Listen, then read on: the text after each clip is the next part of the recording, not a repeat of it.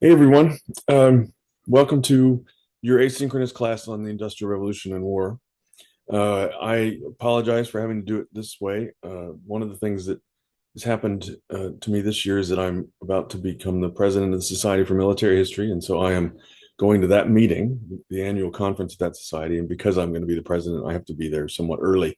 So you're going to get an asynchronous class today, Tuesday, and on Thursday this week. Um, we'll see what format the second one takes, but this one is sort of a flashback to the days of Zoom. So it's essentially recording a lecture. I'll be sharing the screen on and off.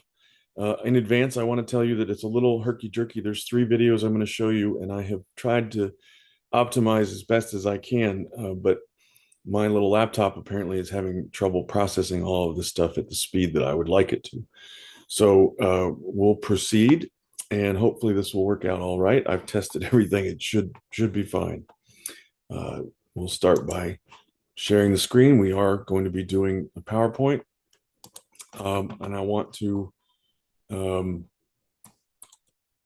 indicate also that the outline for today's class is different than the other ones. It has more detail because it refers to a number of different inventors and dates. It's not necessarily that you need to memorize all of those things, but if you're following along on the outline that I uploaded on Canvas, it will help significantly. There's a lot of detail in there.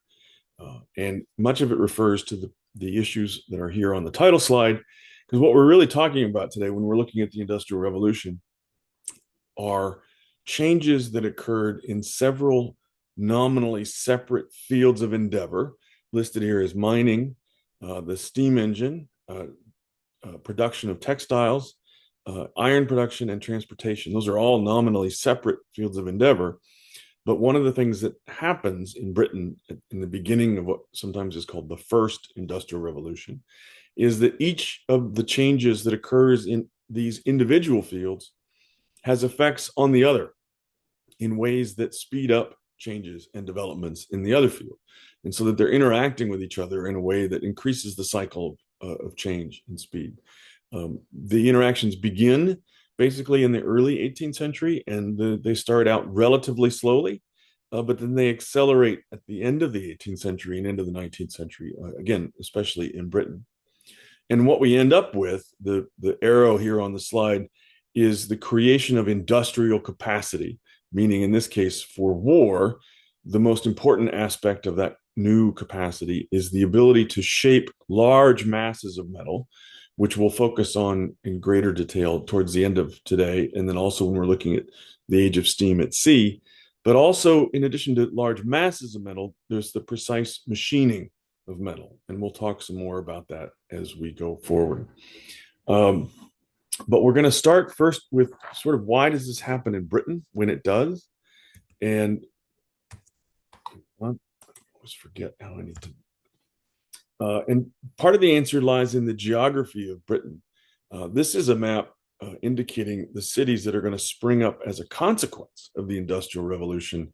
You'll see all of these cities in the north, like Manchester and Leeds, Sheffield, Birmingham.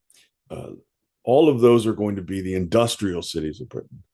But what this map is partly intended to show you is where London is in the far southeast corner of the island of Britain, and contrast that with this map, which shows you where the coal deposits are in Britain, which is nowhere near London.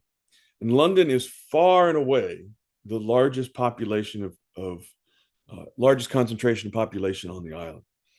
And the reason that this matters is because over the millennia that the island of Britain has been occupied by humans, the usage of the forest for the purposes of heating and other building and other purposes has generally degraded the availability of wood, and even more so around London itself.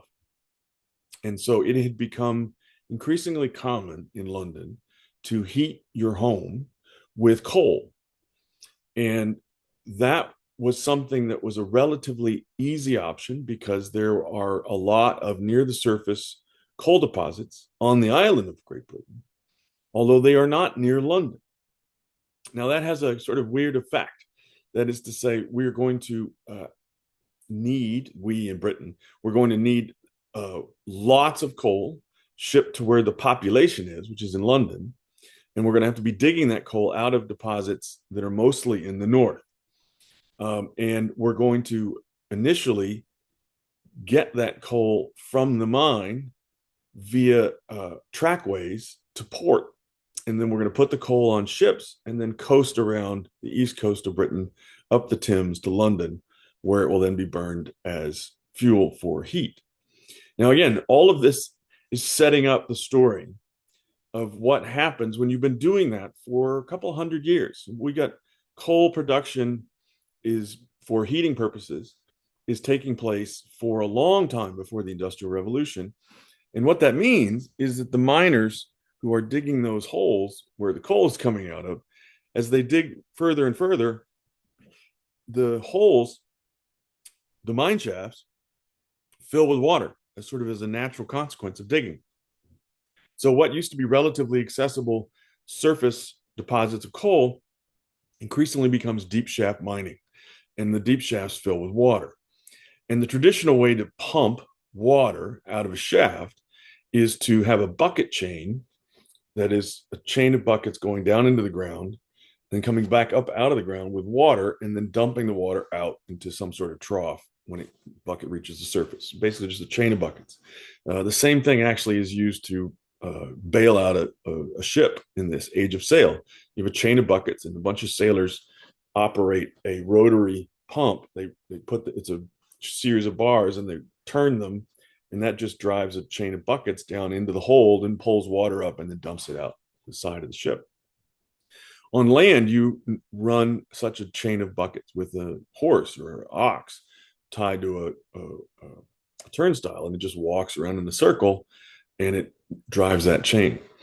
Now, the problem is if you're already doing the math in your head, the longer that chain of buckets gets, the greater the number of buckets there are that are full of water going deep into the hole, which means the weight of the total chain is going up. And eventually you get to the point where animals can't turn that turnstile anymore. And into this scenario arrives Thomas Newcomen, who will in 1712 invent the first steam engine. And that steam engine was designed to replace the ox turning a turnstile and instead drive that bucket chain with the power of expansive steam. Let me show you how his steam engine worked. Now, it's called an atmospheric steam engine because it relies on the pressure of the air that is surrounding us at all times, which is a fixed number. Unless you go up, air pressure reduces.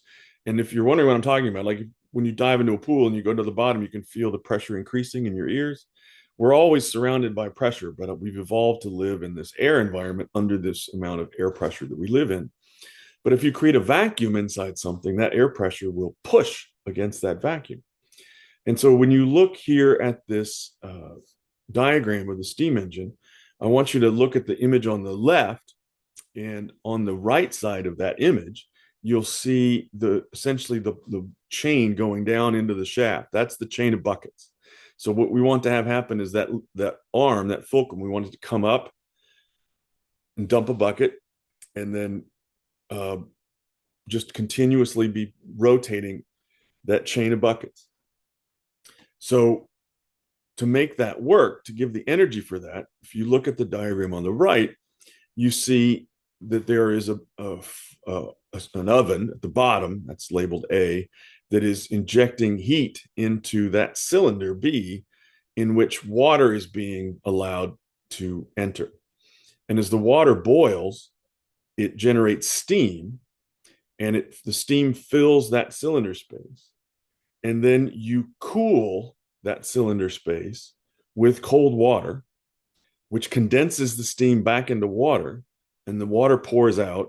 And when the steam turns into water, when the piston inside the cylinder is at the top, that creates a vacuum in the cylinder. And the vacuum means that the air pressure on the top of the piston will push the piston back down. It's not the pressure of expanding steam, it's the pressure of the air pressure outside against a vacuum. And that's why it's called an atmospheric steam engine. And here is a little GIF. You can sort of see how this works. When the weight of the buckets pull the piston up into the cylinder, and that lets the steam in. And when it gets to the top, you let the cold water in, and the steam condenses out into water, and the atmospheric pressure pushes the piston back into the cylinder. So it's partly dependent on the weight of the buckets, and then also the atmospheric pressure from the outside. Now, this is a very inefficient design. Sorry, let me go back to this.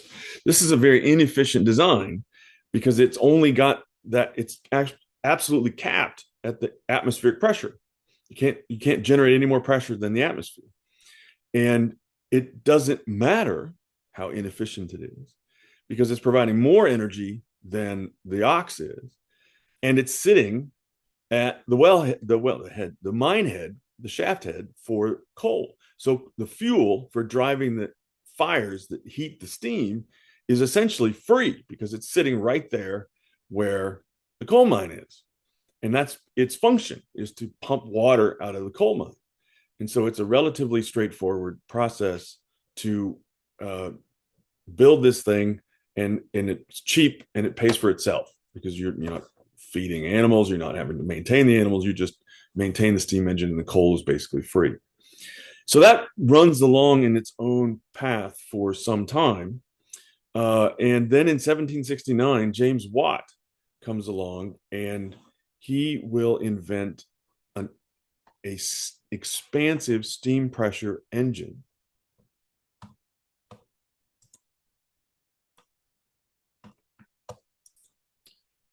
I'm sorry, I had to pause because I wasn't sure if I was recording. I needed to make sure. I forgot whether I had started a recording or not.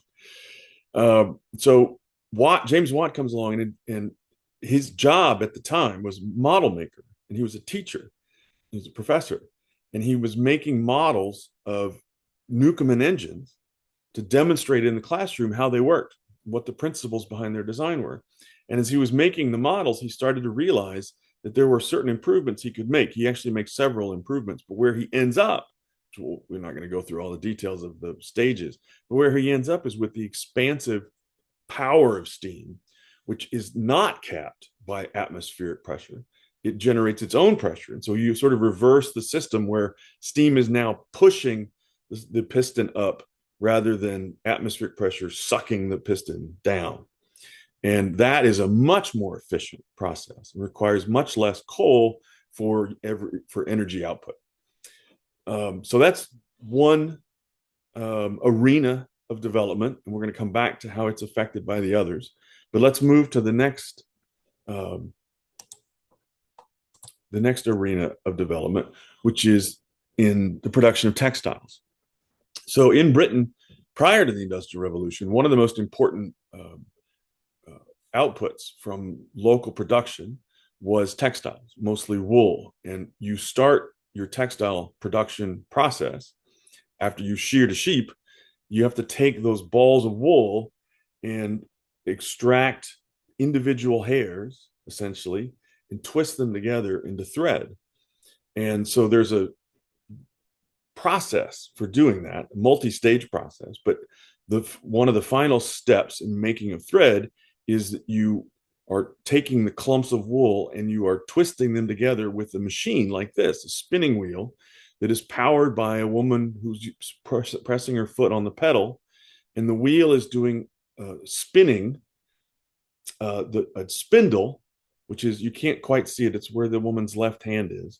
There's a spindle there that is twisting the threads of the wool together into a longer thread, so that you could twist a little bit here and then you move it along, you twist a little bit more, move it along, and you're twisting what are essentially short threads into very long threads by this process, this mechanical process. And so in 1733, the spinning jenny is in 1764, the spinning jenny is invented to increase the production of thread. Now, one of the reasons it's invented is because someone had invented an improvement to the weaving process, because the production of textiles begins with thread, But then you use threads to make cloth by weaving them together into a larger cloth. And in the 1733, someone invented what's called the flying shuttle, which is the object. The shuttle is the object that moves the threads back and forth in a loom, and it moved them much more quickly. And that increase on the weaving side of production put pressure on the thread supply side of production. And so in 1764, we get the spinning jenny, which takes the old notion of a spinning wheel and multiplies the spindles. You see in this picture of the spinning jenny that there are, I don't know, maybe 50 spindles on this single jenny. And it is being powered by the woman turning the wheel. And she also monitors the feeding of the raw wool into the system. So what's the limit on this machine is essentially the energy input into the spinning of the wheel. One woman can only turn so much a wheel, which turns so many spindles. And so if you add a different energy input to this, you can multiply the spindles. And what that ultimately leads to is the woman, of course, is no longer in her home like she was with the single spinning wheel. She's now in a factory working in a larger scale environment.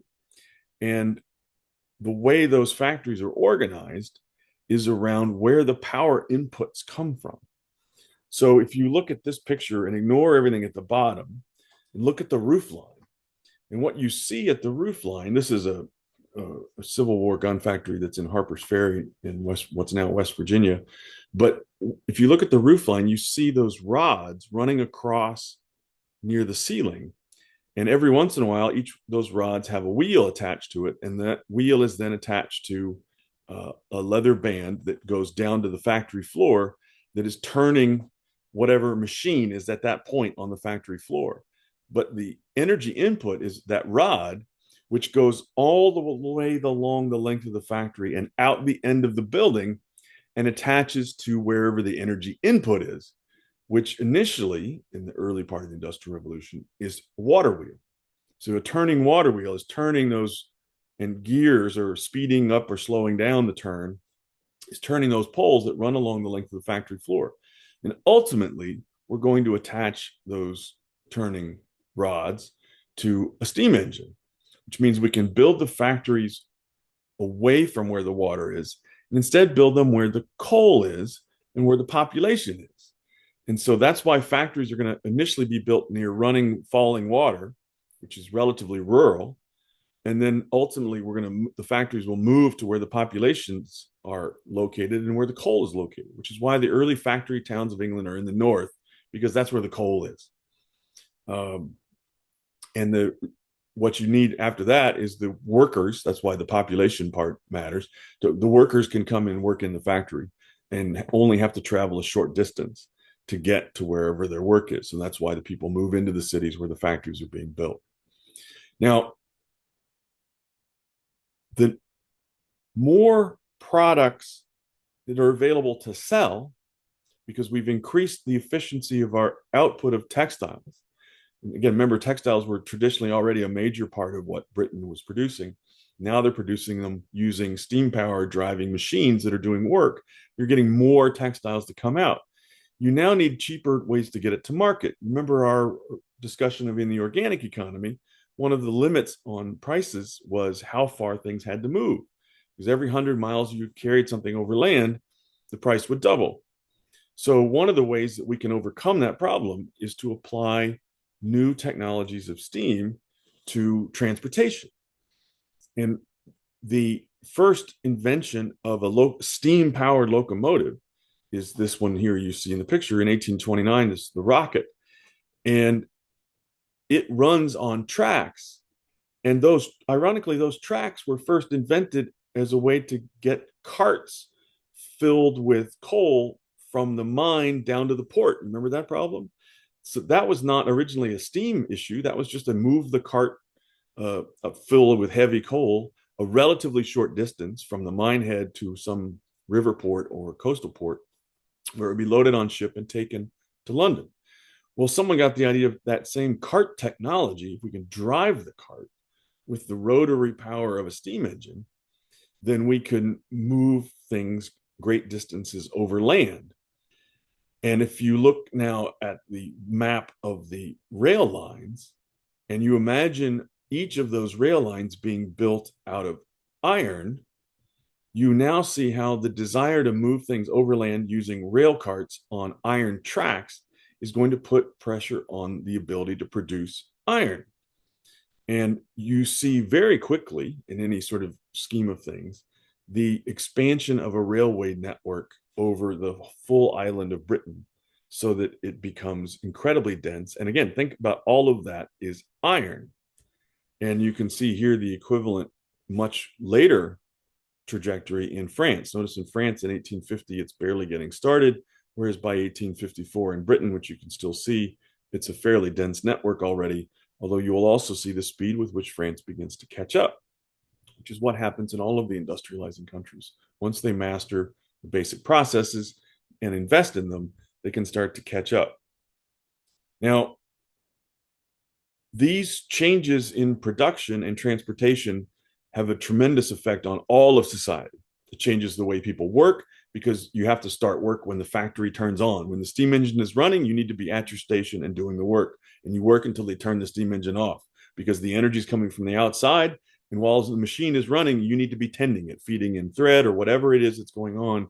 You have to be there for work. So it changes the scheduling of work. It changes where people work because they're not working in their homes. They're now working in factories. And they have to now commute to the factory. And ultimately, the railroads will be involved in making it possible for workers to commute to the factory. And so everything about the ways people live is changing. And we're also going to be inventing new ways to get goods to market. And so those goods, which are now being produced in much greater volume, become cheaper. So people can own more things. And you will then start to seek more and more markets because the goods are cheaper. You have to charge less for them. But so you got to sell more of them to get the level of profit you want. And so everything about we think about modern capitalism in part comes out of this interactive set of changes that make goods more plentiful and cheaper. And therefore we need more people buying them, which means we got to move them farther and farther away to sell them to markets that are further and further away, including steam power at sea to get them to markets that are even more distant. Now, in general, all of those changes are that I've just described are related to the production of lots of goods. But when we talk about military history, as we said at the very beginning, one of the crucial ways in which those changes take place is in the moving of and shaping of masses of metal. So when you are shaping iron, the issue of steel is a different problem we'll talk about a little bit later. But if you're trying to move a mass of metal, as you probably know, you may have seen a blacksmith demo at State Fair or something like that. You get metal hot and then you hammer it, you beat it, and you are therefore shaping it by pounding it. And if you have a very large mass of metal, it's very difficult to shape it because if a human being is doing the shaping, you can only have so much power behind the hammer. So what I want to show you is the sort of evolution of the application of hammer power to the movement of metal. And so to do this, I can't do it inside PowerPoint because the video does not translate well. So I'm going to share a different screen and I'm going to be optimizing it for viewing, which will take my face out of this process.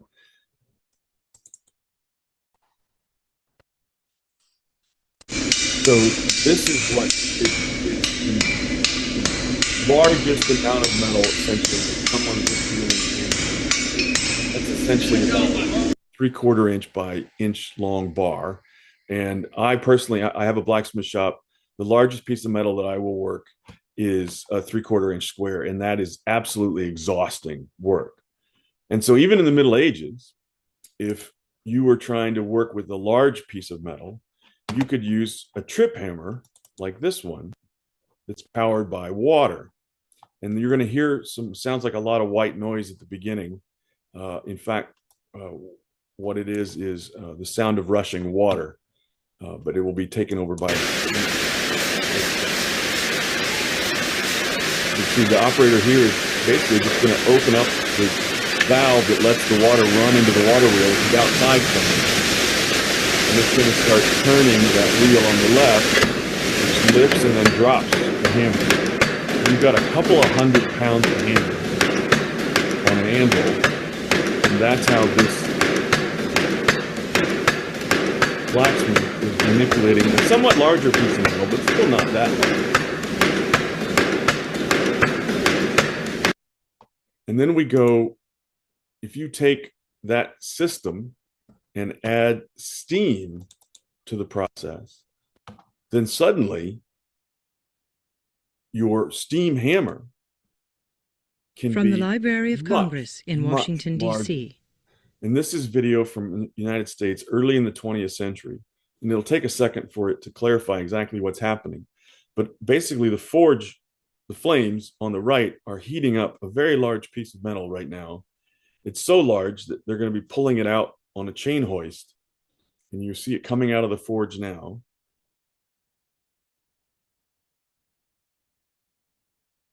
And they're going to swing it over to the anvil. You can see the anvil in the lower left part of the screen. And what you may not be able to tell is above it is the hammer of a steam hammer. Now it's on the anvil, and you can see it pounding, and it's shaping a truly enormous piece of iron. So the steam engine energy output is giving you the capacity to shape very large pieces of metal. And it's that kind of capacity that makes it possible for you to have enough railroad track to cover a whole country. And it's also going to matter for military purposes, because now we can start using very large pieces of metal in military technology. You can see now they're putting tools on top of it to create shapes and to start cuts in the metal. You can see how many men it's taking just to manipulate the rod.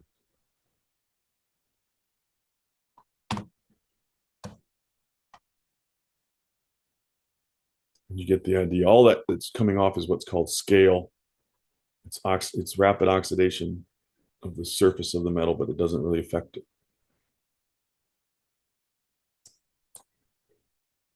Okay, let's go back to our PowerPoint and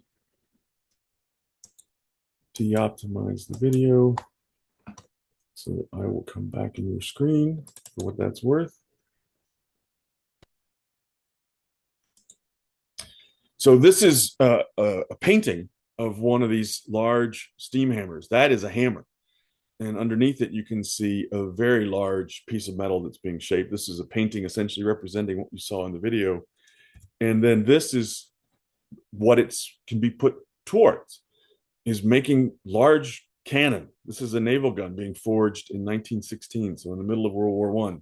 This is the kind of thing you can now do when you are able to manipulate large masses of metal as part of your industrial process. And just to skip ahead into World War II, this is not a hammer, it's a steam-powered press that is pressing the turrets, armor plating of a Tiger I tank in Germany during World War II. Again, that press you can see at the top is a massive construction, all of which, again, is only possible now because of the industrial capacity this provides. Now, in general, one of the things that is happening is all the developments, we're going to go backwards in time now, but all the things that are happening are affecting each other. So I've already started to show you about how steam engine can improve machine work, which then increases productive capacity, which then puts a strain on transportation technology. And so we have people applying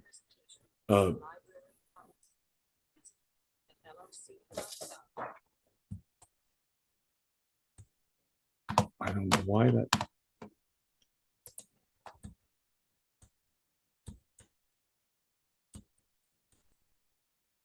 So I want to give you a sense of the interactive, how the technologies were interacting on the military side in the early part of the Industrial Revolution.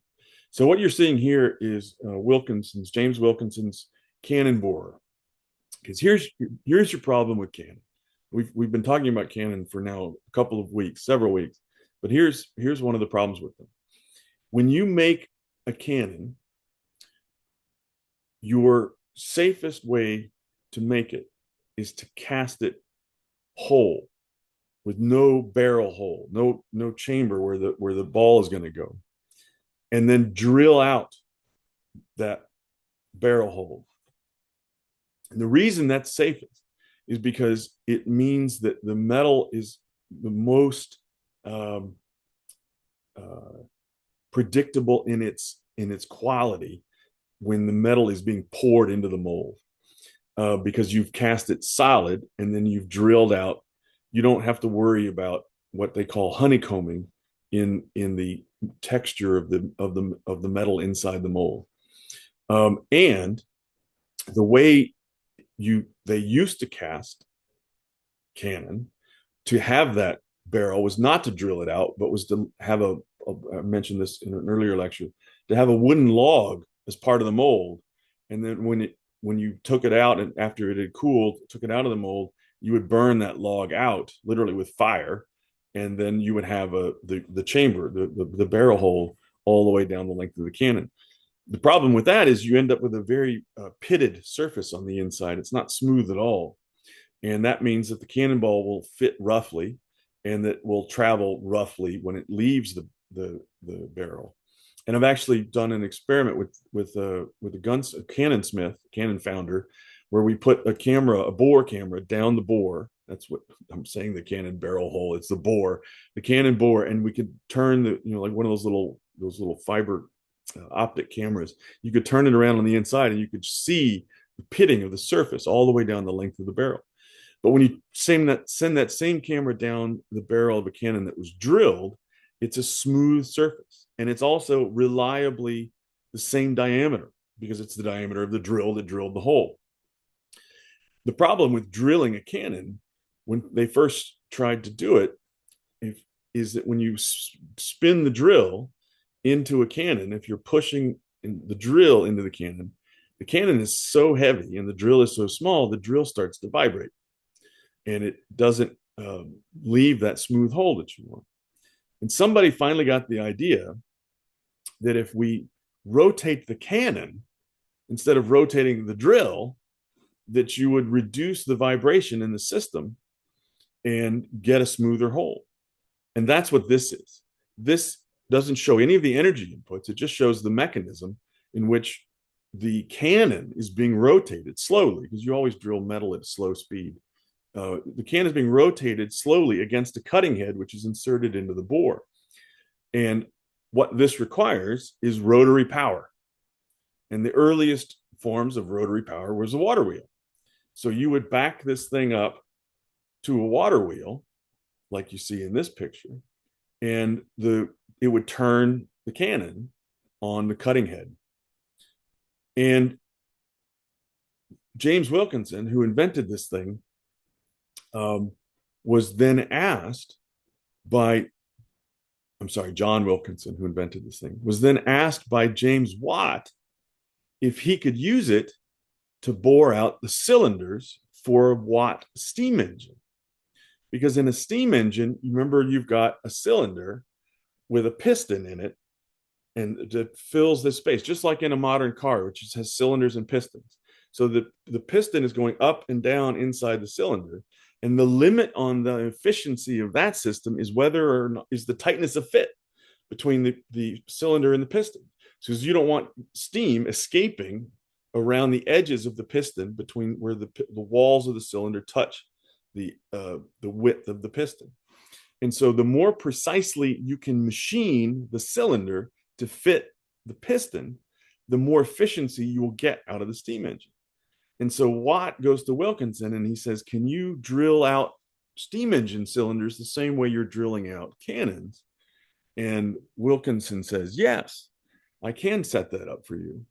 And once he sets that up, Wilkinson then says to Watt, hey, can you build me a steam engine to power the cannon borer instead of using a water wheel, because I'll have more energy input and I can put it where in more places rather than having to rely on falling water.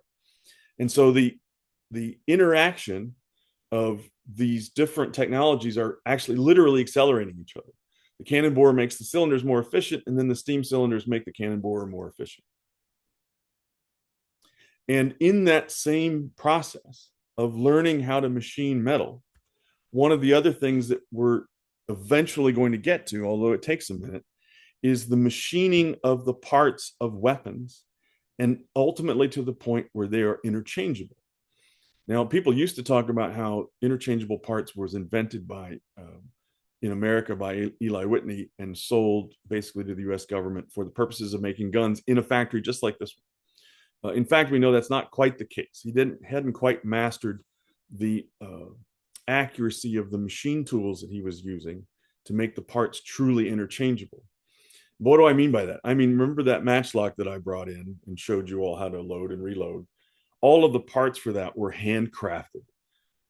One worker had made the barrel, one worker had made the wooden stock, another worker had made the lock that goes into it, which is where we get, by the way, that expression, lock, stock, and barrel, that you have a contract from the government to a gunsmith who will provide all three parts, the lock, the stock, and the barrel. And what early factory style production tried to do was to automate the making of those parts, the lock, the stock, and the barrel. And what you're seeing in this particular image right here, now if you ignore the roof line and now look at the machine, you can see that the stock of a musket is on this machine. And what is being done is the machine is being driven from the outside. You can see the band, the energy input is coming in from the roof line, and it is turning a wheel that is running a machine like a spinning jenny, but now in a more sophisticated example of that basic idea, that is moving a template across what a musket is supposed to look like. And then the cutting wheel is moving, guided by that template, is then moving across the stock until it acquires the shape that it's supposed to have.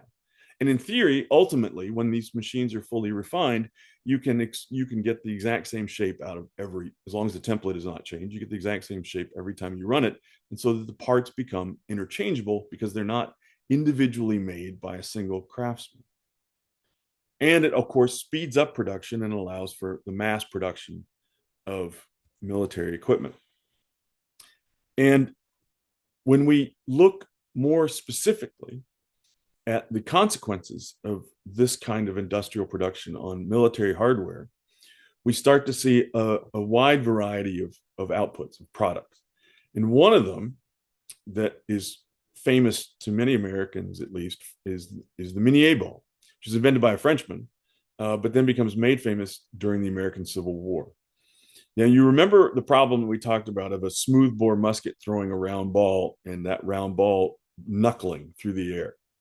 Unless you give it spin, and then it will drill its way through the air. A round ball that is spinning will drill its way through the air. The problem with the round ball being made to spin is that if you're loading it from the muzzle, you have to push it all the way down the length of the barrel, and it has to fit very tightly so that the ball is gripping the rifling that's on the inside, the spiral grooves. That's what rifling is spiraling grooves on the inside of the barrel. You want the ball to grip those rifling grooves as it comes back out so that it's given spin as it's fired. But that's a very, very slow reload process.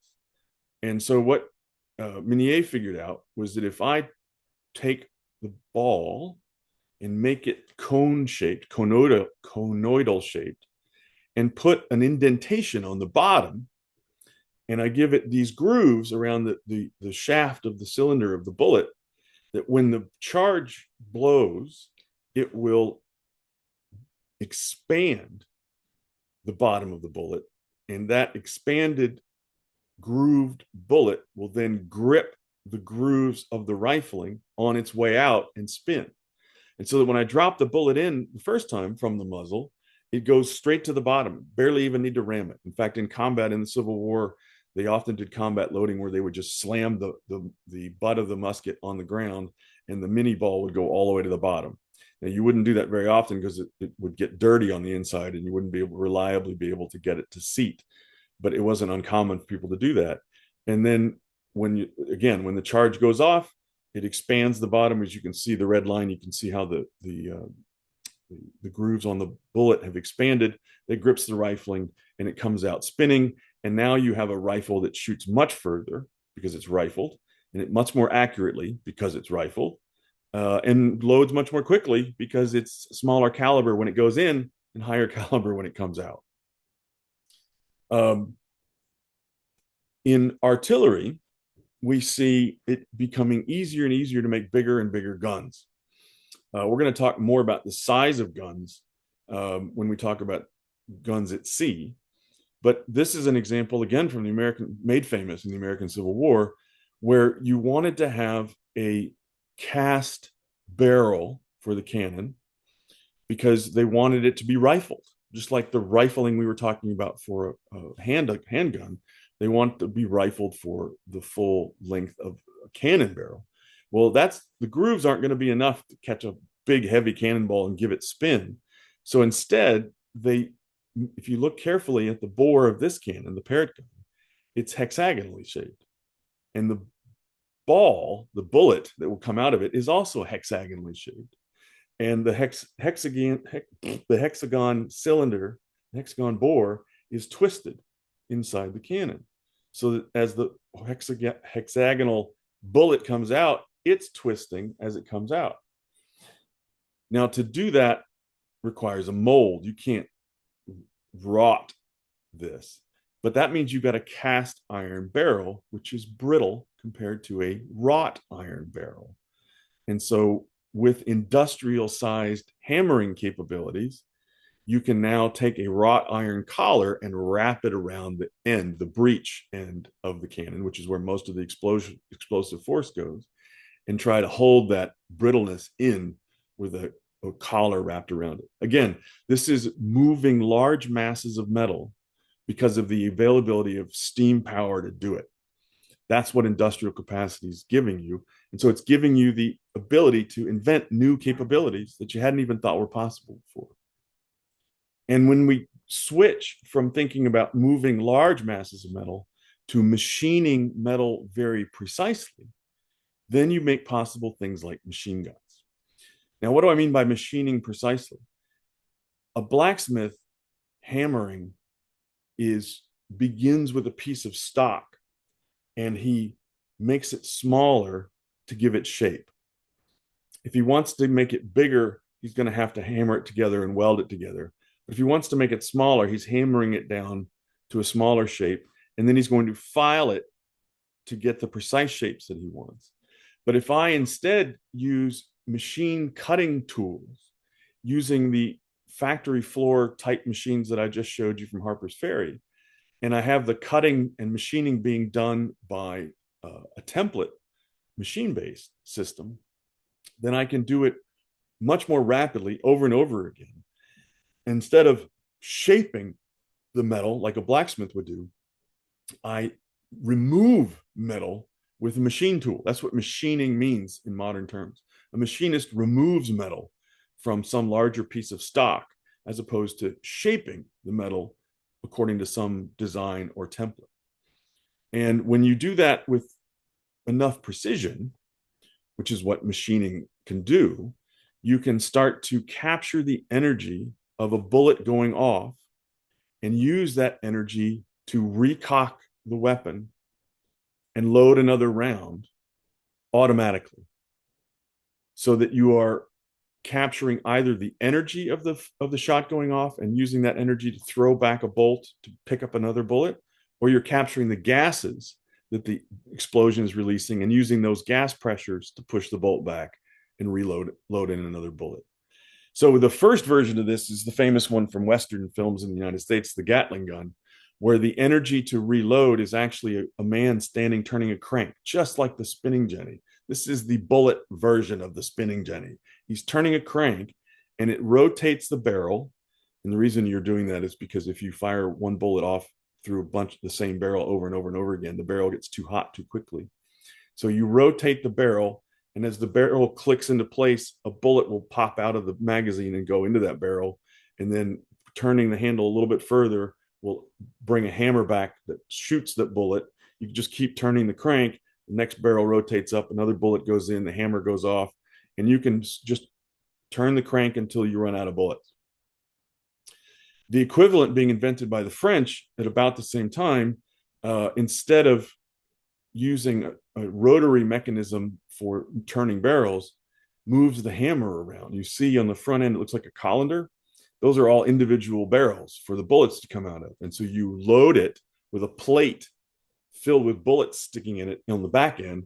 You put a whole plate of bullets into the back end of those tubes. And then when you turn the crank, it moves the hammer around and hits all of those individual bullets. And then you pop the plate off and you put another plate in. But ultimately, the proper machine gun relies on the energy from its own firing. Because again, both the mitrailleuse and the Gatling gun rely on the energy input of an operator turning a handle. The machine gun relies again on, as I said before, on either the recoil energy from the bullet going off or the gases from the bullet going off to automatically reload. And so that all the user has to do is put his thumb on the trigger and hold it down, and the bullets keep going without any further action from the user, from the operator, until it runs out of bullets. And that is what is going to change the nature of warfare in any sort of open field, is when you can spray bullets down range. And as it suggests here on the slide, this is one of the things that makes it possible for very small European forces with industrially produced weapons to dominate those countries that don't have industrially produced weapons. And so we're going to look at how that operates more specifically when we take this story out to sea, and then what its ultimate consequences are when we get to World War I, because that will be the sort of culmination of all of these developments. And we'll look more carefully at what machine gun fire looks like and how it works, and we'll look at the consequences on war at sea in World War I. And so I will see you next time.